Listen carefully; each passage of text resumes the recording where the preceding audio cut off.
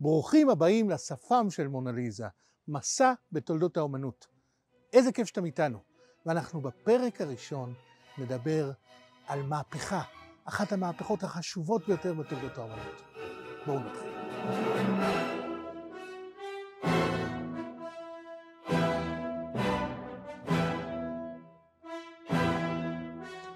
אז הסיפור שלנו מתחיל בפריז 1874, בתערוכת ציור שהתקיימה בסטודיו של צלם.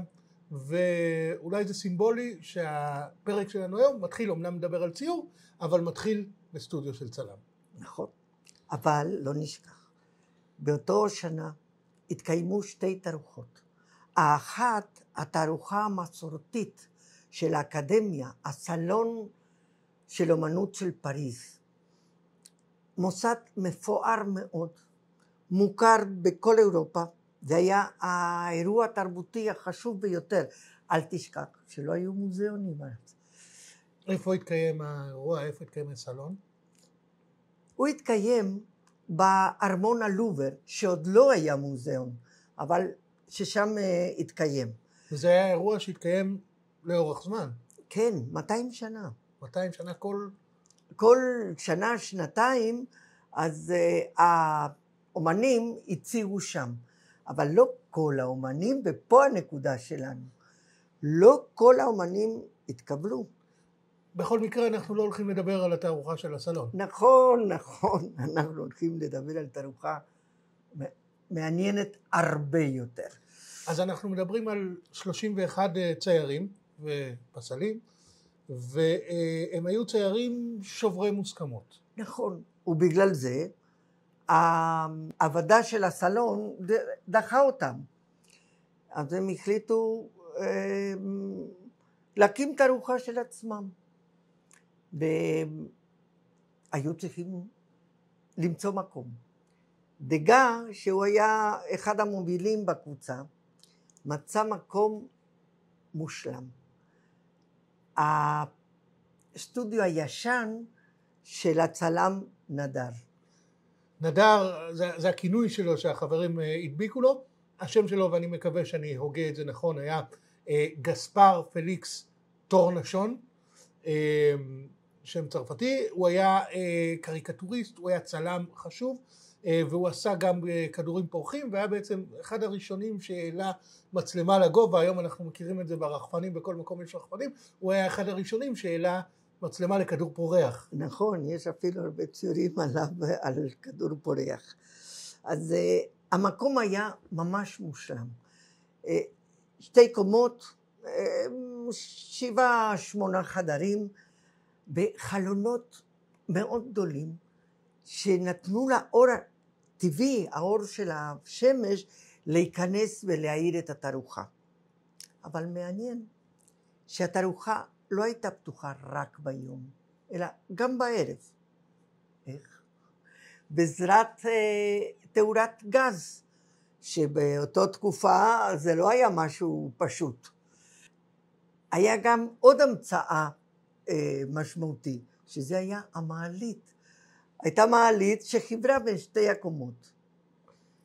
אז יש לנו מקום, אבל את התערוכה הציירים יצרו בעצמם. נכון. הם בעצמם עשו את הכל, וביניהם חשבו על ועדה של לעצב את המקום, אבל כולם ברחו, אפשר להגיד, ורק רנואר הוא לבד תלה את 160 תמונות של החבורה. כמה עלתה הכניסה? הכרטיס כניסה עלה פרנק 1, אבל היה גם קטלוג מודפס שעיצב אח של רנואר, וזה עלה 50 סנט. וכמה אנשים ביקרו בתערוכה?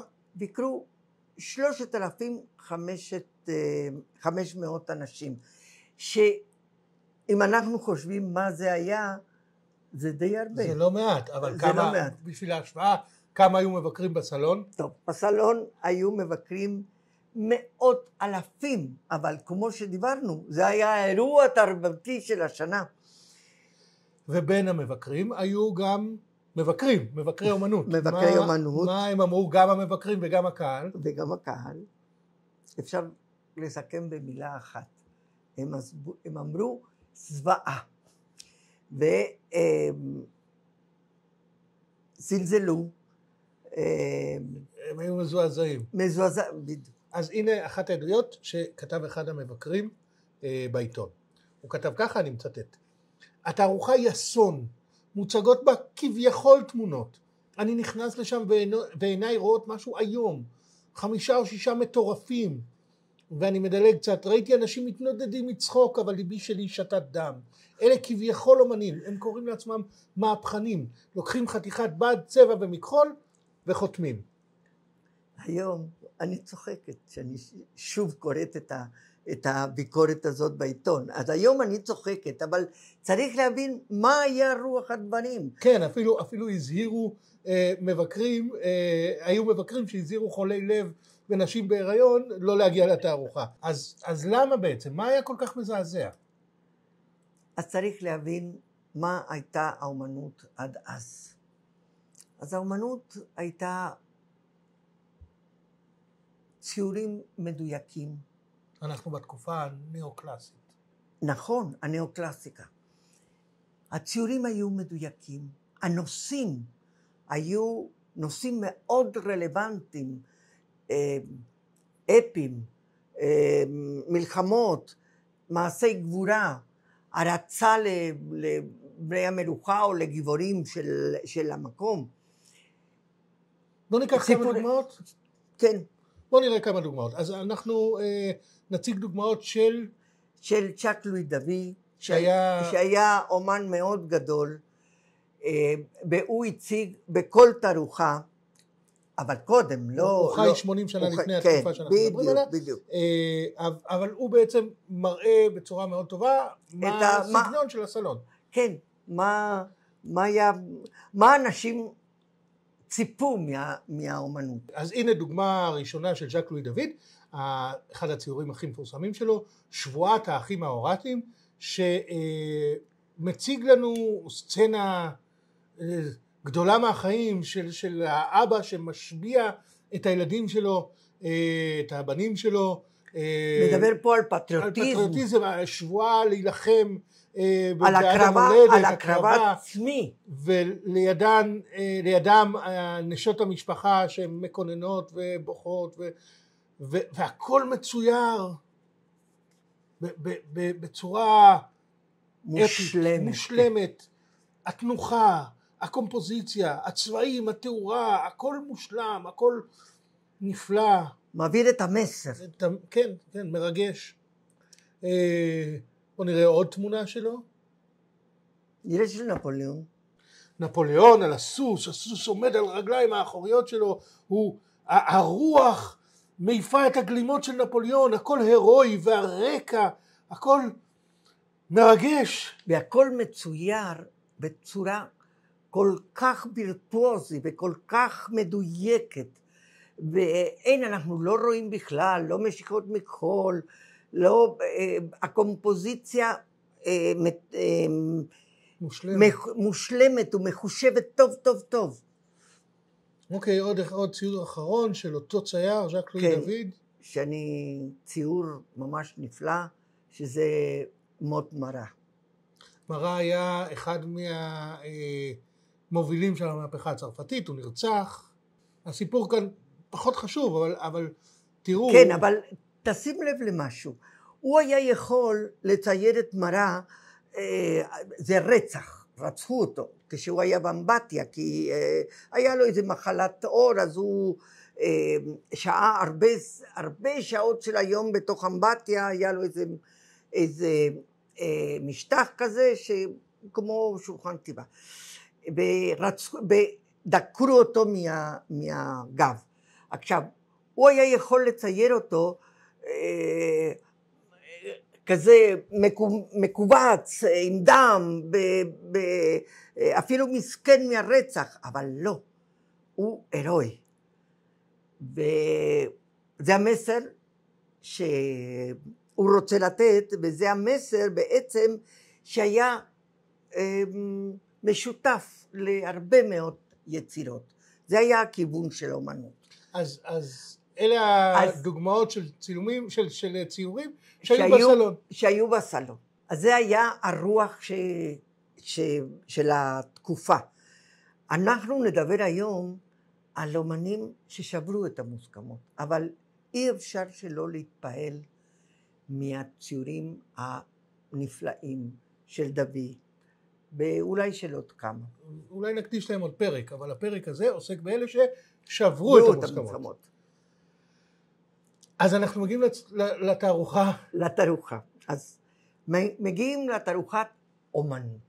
אז מה זה היה אומנות? מה שראינו עד עכשיו, זאת הייתה אומנות. ומה אנחנו רואים בתערוכה? ומה אנחנו רואים? רואים ציורים לא מוגדרים, משיכות מכל אבות, כתמי צבע, אולי איזה אובייקט שלא קשור לציור. הכל בצורה לא ברורה. וגם הנושאים עצמם. בדיוק, והנושאים עצמם סתמיים. זה לא נפוליאון. זה לא נפוליאון, זה לא גבורה, זה תיאור של מציאות, של משהו סתמי. אז בעצם אנחנו מגיעים לתערוכה, וזה נראה כמו... ממש בדיחה. לא רציני. לא רציני, בדיחה. מה זה הדבר הזה? אז בוא נראה את אחד הציורים. כן. אנחנו מתמקדים בציור של קלוד מונה, שהיה אחד האימפרסיוניסטים הכי... עוד נדבר עליו. לציור קוראים בתרגום לעברית התרשמות זריחה. ואני רוצה להגיד לך שזה לא סתם כותרת, כי מה שהוא רצה להציג זה בדיוק ההתרשמות. הוא לא רצה, זה לא היה אכפת לו את הפרטים של הציור, אלא היה אכפת לו את ההתרשמות שלו מהמראה. הציור מוצג כאן, אנחנו רואים נהר, אנחנו רואים איזושהי סירה, אנחנו רואים תרנים, אנחנו רואים את הזריחה, את השמש, אבל בעיקר מה שאנחנו רואים זה את הערפל. נכון, כי זה היה שעות לפנות בוקר, אז יש ערפל, והכל לא כל כך ברור ולא מוגדר. עכשיו בוא נדבר על המילה התרשמות.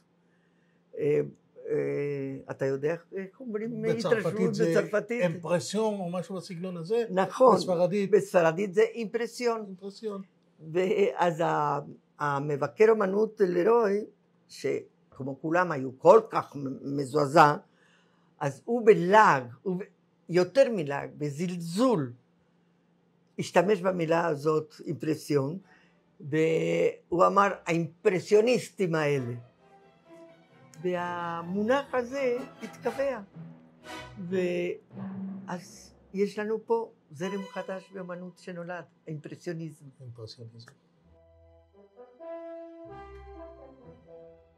אנחנו במחצית השנייה של המאה ה-19, המהפכה התעשייתית. זה אומר תקופה של המצאות וגילויים, חידושים, טכנולוגיה, מכונות, כימיקלים חדשים. זו תקופה שהתעשייה תופסת את המקום המרכזי על חשבון החקלאות, והרבה מאוד אנשים עוזבים את הכפרים ובאים לעיר, למקום החדש, לתעשייה. וכל הדברים האלה משפיעים על האימפרסיוניסטים. אבל יותר מכל, המצאה אחת היא המשפיעה ביותר על האימפרסיוניסטים, וזה המצאת המצלמה. ב-1826 זה בעצם נוצר הצילום הראשון, הפעם הראשונה שהצליחו לקבע היטל של אור שנכנס לתוך קמרה אובסקורה והתקבע על לוח כסף ומאוחר יותר על נייר, על זכוכית, על כל מיני. לקח קצת זמן מאז 1826 עד שההמצאה הזאת הפכה להיות פופולרית, הפכה להיות יישומית, הפכה להיות כזאת שנמצאת במרחב. אז איך בעצם הצילום משפיע על האימפרסיוניסטים? זה הרבה יותר משפיע. ולא רק על אימפרסיוניזם, אלא על האומנות כולה. הצילום אתגר את האומנות להגדיר את עצמה מחדש. אם פעם רק בציור היה אפשר ליצור תמונה, היום על קליק יש לנו תמונה. לאומנות יש הרבה תפקידים, ואחד מהם זה לתאר את המציאות. את זה רואים טוב טוב בפורטרטים, כשמשפחה בעלי אמצעים מזמינים אומן או שולחים לסטודיו של האומן כדי לתאר את המשפחה, אפילו את הבית שלהם. ועכשיו המצלמה עושה את זה בקלות. בקלות. יותר קל, יותר זול. בדיוק ככה. וזה גם נותן אפשרות, דיברנו קודם, משפחות בעלי אמצעים. זאת אומרת, המשפחות של המעמד גבוה, אבל עכשיו הבורגנות, המעמד הבינוני יכול גם להגיע לפורטרטים של המשפחה, אבל נכון שיש אומנים, ואומנים גדולים, שהתפקיד של האומנות שלהם זה לא רק לתאר את המציאות כמו שהמצלמה מתארת, יש רבדים עמוקים יותר, יש פילוסופיה, יש מסר, כל מיני מסרים חשובים, אבל יש את הציירים שהם יותר טכניים והם התעסקו בלתאר בתיאור של המציאות. ועכשיו ברגע שיש לנו את המצלמה, ועכשיו הם מיותרים. הם מיותרים. אז בעצם הציירים האלה יש לנו 3 אפשרויות של איך הם מתייחסים למצב החדש. אפשרות אחת זה שהם מתלוננים על מר גורלם וזהו, ומתעקשים להישאר ציירים והעולם משתנה. אפשרות שנייה זה שהם מבינים לאן נושבת הרוח וקונים מצלמה והופכים לצלמים, ואכן הרבה מהצלמים הראשונים הם ציירים שעשו הסבה מקצועית. אבל יש את האפשרות השלישית שהיא הכי מעניינת. היו אומנים שההמצאה של המצלמה שחררה אותם מהצורך לצייר את המציאות כמו שהיא, ונתן להם את האפשרות להתחיל לחקור את האומנות בשם האומנות. זאת אומרת בדרכים אחרות. בדרכים אחרות. אנחנו יודעים שלמונה היו 4 מצלמות, וגם דגה קנה מצלמה של קודק מהסדרה הראשונה. שני אלה ידעו לצלם. אנחנו יודעים גם שאימפרסיוניסטים אחרים אולי לא ידעו לצלם, אבל הושפעו מצילום. אז חוץ מהעניין הזה של השחרור של התפקיד של תפיסת המציאות כמו שהיא, מה עוד הם מצאו בצילום? מה עוד השפיע עליהם בצילום? המון רעיונות חדשים. המון רעיונות. אז אם קודם לצייר ציור זה היה לחשב טוב את הקומפוזיציה, אפילו לתפוס את הקומפוזיציה כאילו במה של תיאטרון, הכל נכנס בתוך המסגרת, הכל מדויק, הכל מדויק,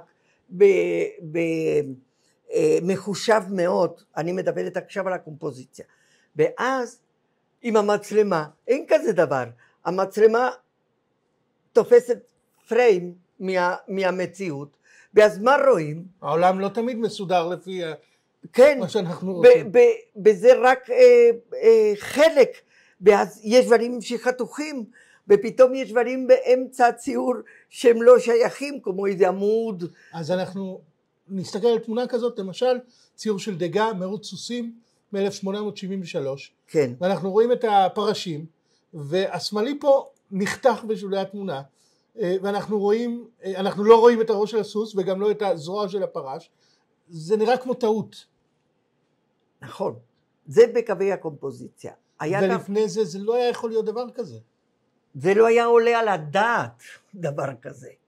אבל ההשפעה הגדולה ביותר זה היה מה שקשור לאור ולצבע.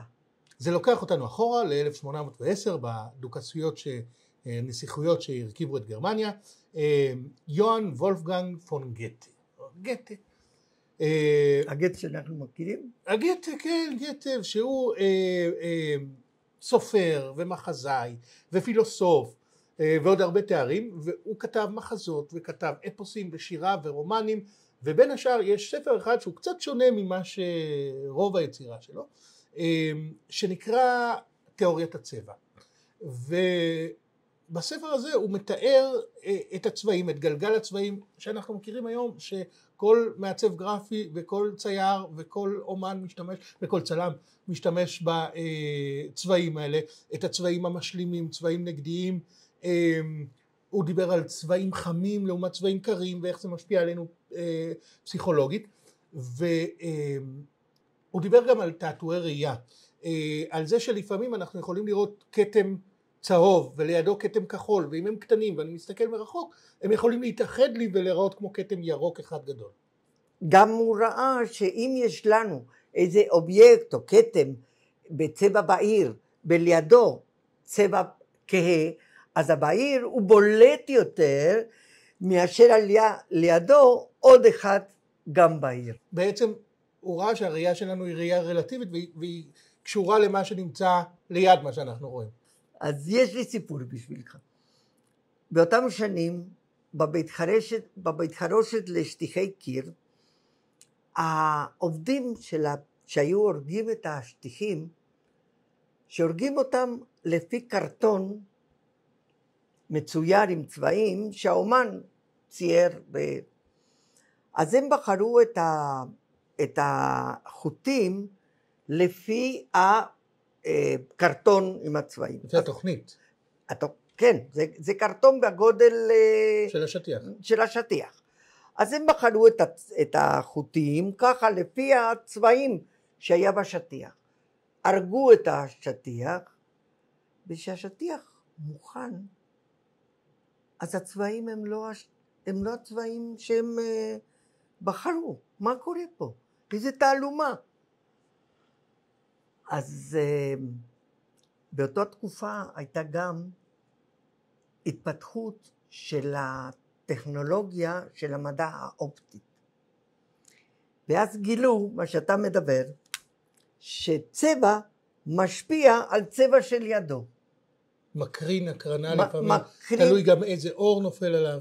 בדיוק, וזה היה מוטיב מאוד חשוב לחקירה לאומנים האימפרסיוניסטים. אז באיזה תמונה נתבונן כדי לראות את הנושא הזה של חקר האור והצבע? יש המון תמונות כי זה היה החקר של האימפרסיוניסטים, אבל יש לנו כמה. עוד פעם חוזרים על מונה. הוא אחד מהאימפרסיוניסטים הכי אימפרסיוניסטי. למה?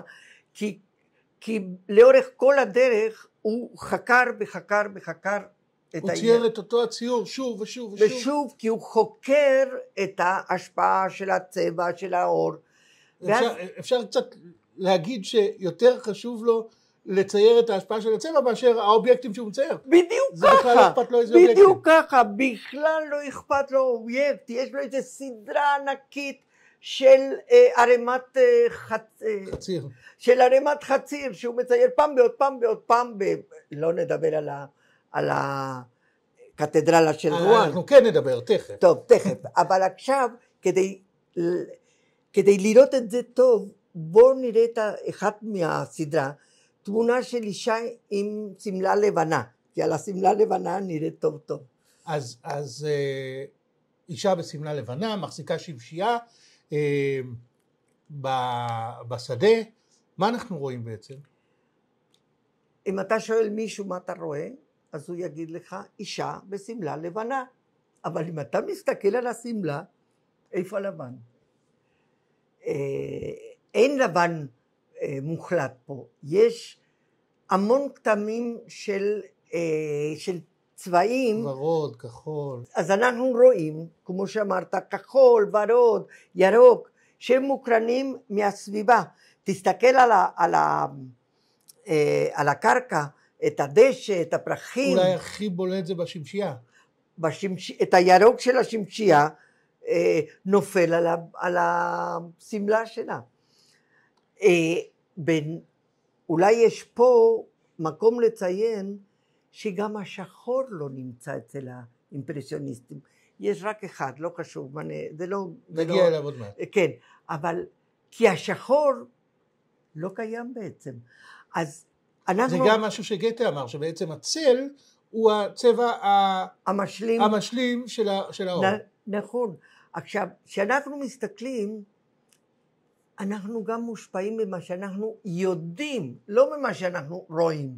אז אנחנו רואים את הסמלה לבנה, כי יודעים שהיא לבנה, אבל אם מסתכלים טוב, וזה מה שהאימפרסיוניסטים עשו, אז אתה רואה שאין את הלבן המוחלט. אני מוכרח להגיד שכצלם זה לא מפתיע אותי, כי גם כשאני עובד בסטודיו, אין דבר כזה לבן מוחלט, וכל הלבנים הם בעצם או אפורים או מושפעים מצבעים אחרים, ואם בתמונה יוצא לבן שהוא לבן לגמרי, זה בעצם פיקסלים שרופים.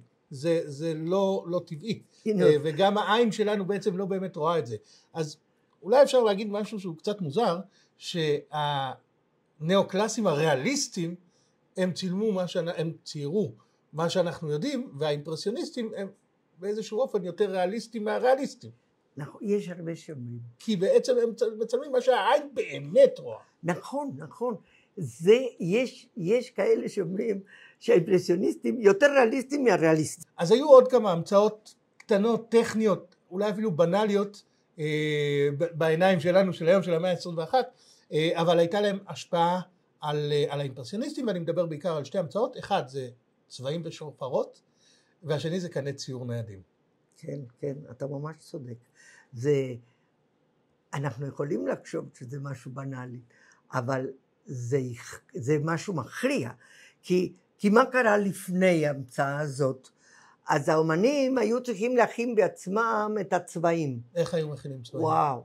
אז זה היה ממינרלים, מצמחים, היו קודשים צלעים, בכל מיני מינרלים. היו כאלה מאוד יקרים, כמו הלפיס לסולי. שזה הצבע הכחול, זה סוג של אבן. כן, כן, כן. אבן שעד היום לובשים אותה בתכשיטים. כן, זה אבן, כן. אולי אם פעם נדבר על ורמיר, נראה שהוא בין היתר את הקשיים הכלכליים שלו, היה מההוצאות שלו על הכחול, על הלפיס. לא לצייר בכחול. בקיצור, על מה שאנחנו מדברים. עכשיו, זה היה גם קשה, וגם הצבעים היו משתנים תוך כדי. תוך כדי, ולא היו עמידים, כי מה היה המדיום שאיתם ערבבו את מה שאנחנו היום אומרים פיגמנטים, שזה היה את האבקות שהם כתשו. זה היה דברים אורגניים, זה היה, טוב, היו שמנים, בסדר, אבל מה היה הדבק שייחד אותם? זה היה ביצה. עכשיו, זה לא היה איזשהו סטנדרט של צבעים, כל צייר היה לו את ה... כל צייר היה גם את הדברים יותר סטנדרטיים, וגם את הסודות שלו.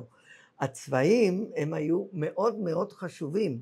זאת אומרת שלצייר זה לא היה פשוט לבוא ולצייר, היה הרבה מאוד הכנה. הכנה, נכון. בהכנה הזאת היה צריך להיות בסטודיו. בכל הזמן, כי כמו שאמרנו, הצבעים לא רק לא עמידים, גם מתקלקלים מאוד מהר. אז עכשיו יש להם? אז עכשיו יש להם את האפשרות ללכת ולקנות שורפרת. בכל צבע. בהמון צבעים, כי היו גם צבעים כימיים. אז כבר לא צריך את הלפיס לסולי לכחול, בעוד כל מיני, יש מבחר גדול, ויש את האפשרות לא לעבוד בסטודיו. אז לזה מתווסף. אז זה, כן, יחד עם הקן ציור, אלה היו כאלה דברים כבדים וגדולים, ועכשיו יש קני ציור מתקפלים בקלים, והאימפרסיוניסטים יוצאים לצייר תחת כיפת השמיים. וזה בעצם מאפיין מאוד חשוב של הזרם האימפרסיוניסטים. אפילו יש שם לזה, לצייר פלנר בצרפתית, שזה תחת כיפת השמיים. אז האפשרות הזאת לצייר בחוץ עם אור שמש שמשתנה כל הזמן, זה לא כמו התאורה של הסטודיו, אז זה נותן להם את הדרך החדשה של חקירת האור, אבל יש עוד משהו מאוד חשוב. אמרנו שבתערוכה, להבדיל בין הציור המסורתי, יש משיכות מכל גסות, יש פתאום אובייקטים שלא שייכים. למה משיכות מכל מהירות בגסות? כי האור משתנה דקה, אז כדי לתפוס את השמש משנה את המקום, פתאום ענן מכסה את השמש. בדיוק. והאימפרסיוניסטים רוצים לתפוס את הרגע החולף. ואיך לתפוס את הרגע אם לא במשיכות מהירות? הם היו צריכים לצייר מהר. מהר מאוד, וזה משנה בכלל את כל המראה של האומנות החדשה. אז בעצם המהפכה של האימפרסיוניזם זאת אולי מהפכה קטנה ששברה את הסגנון הקלאסי, שבעצם שברה את הצורך הזה בריאליזם. כן. האימפרסיוניסטים הם כל כך חשובים, כי הם בעצם עושים איזה קו הפרדה בין האומנות הקודמת ובין האומנות שבאה אחר כך, בין האומנות המודרנית, והם פותחים את הדרך לכל האוונגרדים שבאים אחריהם. זה לא אומר שהאומנות המסורתית נגמרה, לא. היא גם קיימת, והיא גם חשובה, אבל יש לנו פה אירוע שמשנה את הכיוון של האומנות. אז בוא נכיר אותם, מי המאסטרים הגדולים של האימפרסיוניזם? בואו נתחיל עם מנה, אדוארד מנה. אדוארד מנה נולד בפריז 1832, הוא היה מבוגר בכמה שנים מרוב האימפרסיוניסטים ונפטר בגיל 51 ב-1883. הוא התחיל לצייר בסגנון המסורתי, אבל היה לו רעיונות חדשים. בגלל זה הוא נקרא האב של האימפרסיוניסטים, אף על פי שהוא לא היה בדיוק אימפרסיוניסטי, ולא רצה להזדהות כמו אימפרסיוניסטי, הוא לא הציג איתם, אבל הוא בילה איתם בבתי קפה, בשיחות הארוכות שלהם, שזה היה הבסיס אחר כך של התיאוריה האימפרסיוניסטית. הוא בעצם היה קרוע בין העולם המסורתי לבין העולם החדש, שהוא היה מהראשונים שיצרו אותו. נכון, נכון, כי בציור המסורתי היה את הערכה, אבל לא היו רעיונות מבריקים וחדשים. ויש לנו ציור מאוד מיוחד, אולי הציור הכי חשוב שלו, אולי כדאי לראות אותו, זה ארוחת בוקר על הדשא. 1863, מה מיוחד בציור הזה? יש כמה דברים. קודם כל הוא ציור מאוד שונה שעורר שערורייה. מה יש לנו שם? יש לנו אישה ערומה. ראינו הרבה פעמים נשים ערומות בציורים. נכון, אבל אלה מהמיתולוגיה. הם לא נשים אמיתיים. ראינו את העירום של הדמויות מהמיתולוגיה, דמויות כמוזה, אבל לא אנשים באמת. וזאת לא סתם איזה אישה, זאת אישה שמזהים אותה. והאישה הזאת מסתכל על הקהל, כאילו שמתגרה בקהל, מסתכל ישר בעיניים של המתבונן. והיא בסביבה שבכלל לא מתאימה לעירום. יחד איתה יש שני ג'נטלמנים לבושים יפה, ואין שם שום קשר עם העירום שלה. בנוסף, יש שם איזה פרספקטיבה מאוד מוזרה, לא נכונה. העצים קטנים מדי, האישה מאחור הגדולה מדי. האישה מאחור הגדולה מדי, ואפשר להגיד שהציור הזה הוא הציור שפותח את האומנות המודרנית. כי הוא הראשון שלא מצויר בצורה קלאסית, הראשון שלא מצויר. כן, אבל יותר מזה. זה הראשון שהוא מציג משהו אחר. וגם לא מצויר, אף על פי שהוא מצויר לא כמו אימפרסיוניסטי מבחינת משיכות מחול. הוא מצויר חלק, בוא נגיד ככה, אבל כל המאפיינים שלו הם ממש מתנגדים עם כל מה שהיה מקובל עד הרגע הזה. אז התחלנו עם מנה שהיה המנטור של האימפרסיוניסטים. מי הבא? אז בואו נדבר על מונה, שזה לא אותו דבר, על קלוד מונה. קלוד מונה, אז זה לא מנה, זה מונה, לא להתבלבל. גם הוא צרפתי, נולד ב-1840, נפטר 1926. הזכרנו אותו כשדיברנו על הצבעים, והוא אולי האימפרסיוניסטי הכי אימפרסיוניסטי. כמו שהזכרנו קודם, למונה לא כל כך היה חשוב הנושא, אלא החקר של האור ושל הרגע החולף שמשנה בכלל את הצבעים. אז למשל יש את הציורים המפורסמים של הקתדרלה של רואן, שהוא צייר אותה 30 וכמה פעמים או 40 וכמה פעמים, כדי לצייר את הפרונט הזה של הקתדרלה.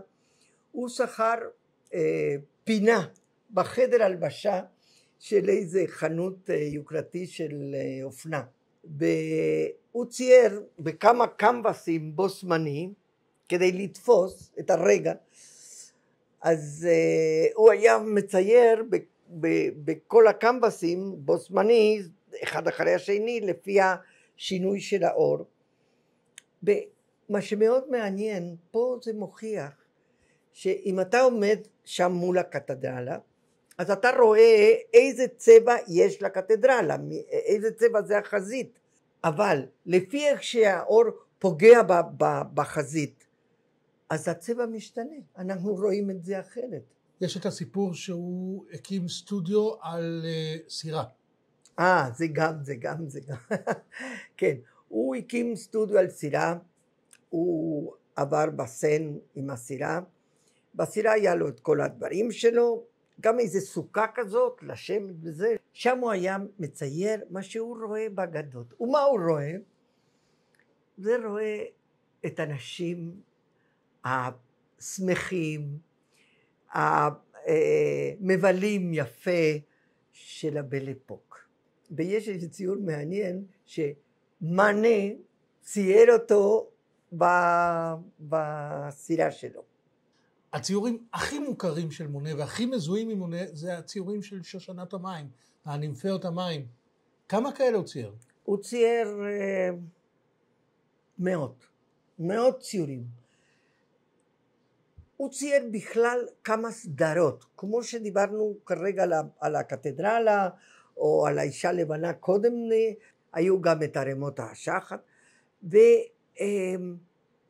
מאוד אהב את שושנות המים, את הנימפאות האלה. הוא רכש בית בחלקת אדמה גדול, הוא חפר שם ויצר אגם, ובנה גינה, גן אפשר להגיד, בסגנון יפני. ופה אפשר גם לציין שהאימפרסיוניסטים מאוד הושפעו מהציור היפני, כי באותה תקופה הגיעו הדפסים מיפן, הדפסי יפנים, שהיה ציור אחר לגמרי, והם הושפעו. אז מונה יוצר איזה גן נפלא, אפילו באיזה גשר על האגם שלו, בסגנון יפני, בהרבה נימפאות כאלה, והוא היה מצייר אותם בשעות שונות של היום, ובמקום אחר של האגם. היה מצייר אותם ומצייר אותם. זה היה שיא לציורים של שושנות המים. עד כדי כך היה השיא, שהוא צייר 3 ציורים ענקיים. אז יש במוזיאון האורנג'רי, אולם עגול, רק ל3 היצירות האלה, שתופסים את כל האולם, וזה עד כדי כך מרשים את העולם הזה, עם היצירות האלה שלו ענקיים, שסחב הכינוי הקפלה סיקסטינה של האימפרסיוניזם. ומה היה לקראת הסוף? לקראת הסוף היה לו קטרת. וזה משהו מעניין, כי לא רק בגלל שבאופן אישי הוא לקה בקטרט, אלא שהוא התחיל לצייר לפי מה שהוא רואה עם הקטרט. אז לאט לאט הציורים של הפרחים האלה הפכו להיות יותר ויותר מופשטים. כלומר, כתמי הצבע היו יותר גדולים ויותר... פחות מוגדרים, ואז יש לנו פה איזה, נגיד, איזה הקדמה לציור מופשט. מי המאסטר הבא שאנחנו מדברים עליו? אחד מהגדולים שנדבר עכשיו זה פייר רנואר. פייר אוגוסט רנואר נולד 1841, נפטר ב-1919. הוא נחשב הצייר של הבל אפוק, הצייר של השמחה, של הפנאי.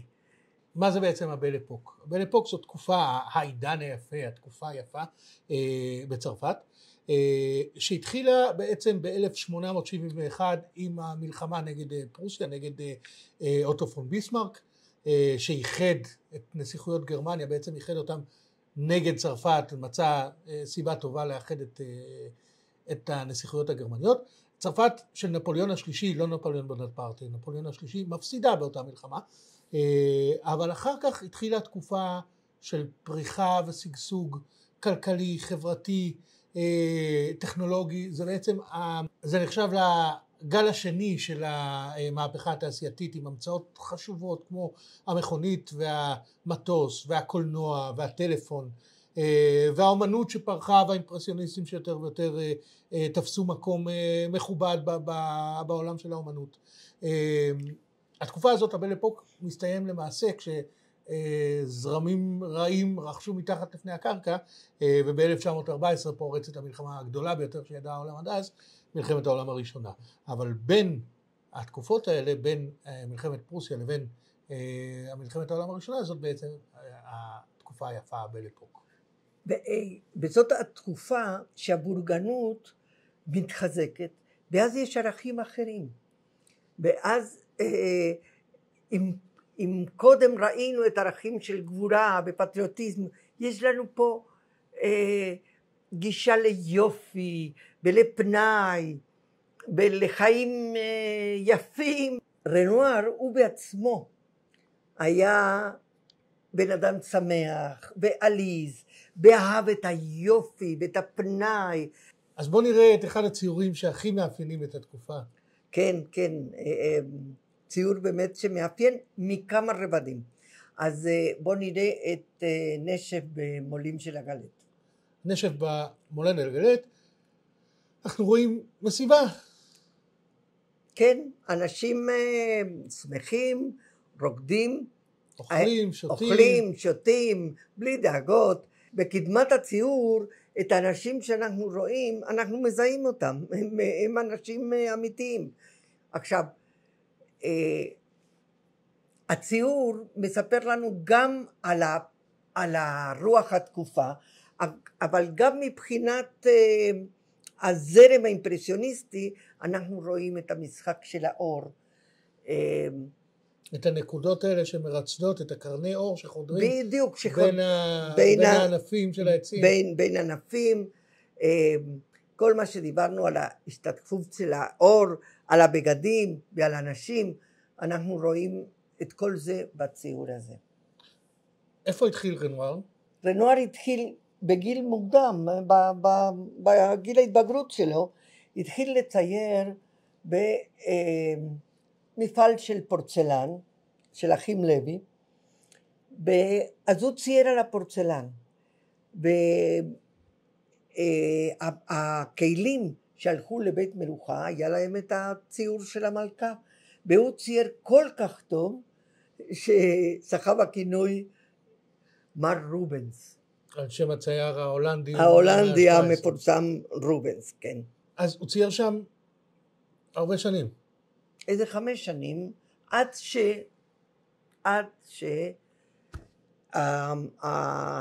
הטכנולוגיה החדשה. מכונות, המהפכה תעשייתית אמרנו. בדיוק, אז הפך לתעשייה, וכל מה שהוא צייר ביד בזה, זה כבר היה בצורה תעשייתי יותר. וזה אפשר לציין ששם נולד את הכעס שלו על הייצור המוני ועל התעשייה שהוא כל כך לא אהב. הוא היה בן אדם, כמו שאמרנו, מאוד שמח, מאוד נדיב, מאוד חברי. הוא היה חבר טוב של מונה. הוא היה חבר טוב של מונה. ולפעמים היו מציירים ביחד. מציבים את הקני ציור, אחד ליד השני, ומציירים את אותו מראה, אבל כל אחד בדרך שלו. ואיפה הם הכי אהבו לצייר? בחורשות הפונטנבלו, שבימי ראשון כל הבורגנות היו יוצאים ומבלים, וכל מה שדיברנו על היופי ועל הפנאי, ורנואר אמר, הציטוט של משהו שאמר, הוא אמר, איך צחקנו בזמן, אני קורא, כן? איך צחקנו בזמן ההוא, המכונות עדיין לא שלטו בנו, היה זמן כדי לחיות, ואנחנו עשינו את זה בצורה הטובה ביותר. כן. הוא גם היה, כמו שאמרנו, בן אדם מאוד נדיב, ולא היה להם כסף. לא היה להם כסף, הם לא מכרו, אבל מהבית שלו, שגם זה לא היה הרבה, אבל הוא קיבל קצת כסף, שהוא חילק גם עם חברים וגם עם מונה. טוב. ומה היה בסוף? הסוף של רנואר הוא באמת נוגע ללב, כי הוא חלה במחלת פרקים, משהו כזה, אז הוא בסוף היה בכיסא גלגלים, ולאט לאט לא רק הכיסא גלגלים, אלא גם הידיים כבר לא יכלו להאחז את המכחול, אז היו קושרים את המכחול בידיים שלו, כדי שהוא יוכל להמשיך לצייר. ויש איזה אמירה שהוא אמר בסוף, מאוד, הוא אמר לחבר שבא להוריד לו את התחבושת, את המכחול, אז הוא אמר לו, אני חושב שעכשיו אני מתחילה להבין את זה הוא התכוון לאומנות. ובלילה הזה הוא נפטר. אז את מי עוד כדאי להזכיר? נדבר על דגה. אדגר דגה, 1834 עד 1917. דגה הוא שונה מהאימפרסיוניסטים האחרים. קודם כל הוא לא צייר כל כך בחוץ. הוא לא צייר כל הציורים שלו תחת כיפת השמיים. מה שמאוד עניין אותו זה היה התנועה. אז הוא צייר מהירות סוסים בכל מיני תנוחות, זה הוא צייר בחוץ. אבל הוא מוכר יותר ברקדניות. זה ידוע מאוד הרקדניות של דגה. הוא היה מבלה שעות ושעות ושעות בתיאטרון, במקומות מסוימים, מעל, מתחת, איפה שהוא היה רואה את הרקדניות בתנועה. הוא גם צייר הרבה בצבעי פסטל, לא רק בצבעי שמן. את הרקדניות בעיקר הוא צייר בצבעי פסטל. הבאה, אישה. אישה. לא פשוט להיות אישה. אנחנו עוד אמרנו שנקדיש פרק לנשים באומנות, כן. אבל כרגע ברט מוריסון. ברט מוריסון. 1841 עד 1895. ברט מוריסון הייתה ציירת מאוד מיוחדת, אבל קשה מאוד היה להיות ציירת בתקופה הזאת. הציורים שלה הם לא בחוץ. למה? בין היתר, כי אישה לא הייתה יכולה לצאת לבד. אז יש לה הרבה ציורים בג'אנר פנימי, יש לה ציורים מאוד יפים של אמהות עם את התינוקות שלהם. היא הייתה נשואה לאח של מנה. בז'ן מנה. בז'ן מנה. במנה אמר עליה, חבל שהיא אישה, אבל זה לא היה בזלזול. מה שהוא רצה להגיד, אם היא לא הייתה אישה, אם הייתה הרבה יותר מוערכת על ידי גם החברה, גם הציירים, הקולגות. עוד כמה שמות שצריך להזכיר? יש לנו עוד אימפרסיוניסטים חשובים, יש לנו פיסארו, סיסלי, גם סזן, שסזן התחיל כאימפרסיוניסט, אחר כך שנדבר על הפוסט אימפרסיוניסטים, אז נדבר על סזן. אז איך אנחנו מסכמים את הפרק? אז האימפרסיוניסטים עשו באמת מהפכה. הם הראשונים שזה היה האומנות בשם אומנות. לא בתפקידים שונים, לחקור פסיכולוגיה או להעביר מסרים, והם פותחים את הדרך לאוונגרדים שבאים אחר כך. כמו למשל? אחריהם יש לנו את הפוסט-אימפרסיוניסטים, ואחרי הפוסט-אימפרסיוניסטים יש לנו את האקספרסיוניסטים ואת הפוטוריזם, והקצב של התקדמות בדרכים חדשות נהיה כל פעם קצב יותר מהיר ומהיר. זאת אומרת שאם לא היה את האימפרסיוניסטים, לא הייתה אומנות מודרנית. נכון. ויש כאלה שאומרים שאם לא הייתה המצלמה, לא הייתה אומנות מודרנית. כן. פה היה אמור להסתיים הפרק. אבל בכל מהלך המחקר וההכנה של הפרק, לא יכולתי שלא לחשוב על הקבלה לעולם שלנו שאנחנו נמצאים בו היום. ובדרך כלל פודקאסטים הם על זמניים, אבל אנחנו מקליטים עכשיו פה ב-2025. ואני אתחיל אולי בשאלה של אם היינו אנחנו אומנים, ציירים בסוף המאה ה-19, האם היינו מצטרפים לאימפרסיוניסטים, או שאולי היינו מהציירים שלא מוצאים את דרכם, לא יוצרים מהפכה, אלא נשארים בעולם הקלאסי המקובל? קשה להגיד, ממש קשה לחשוב על זה מה היינו עושים. אז העניין הוא שאנחנו עומדים באותו מקום, כי באופן כמעט פואטי, הצלמים של היום, שבעצם הרגו חלק מהאומנות או חלק מהציור במאה ה-19, נמצאים במצב מאוד דומה.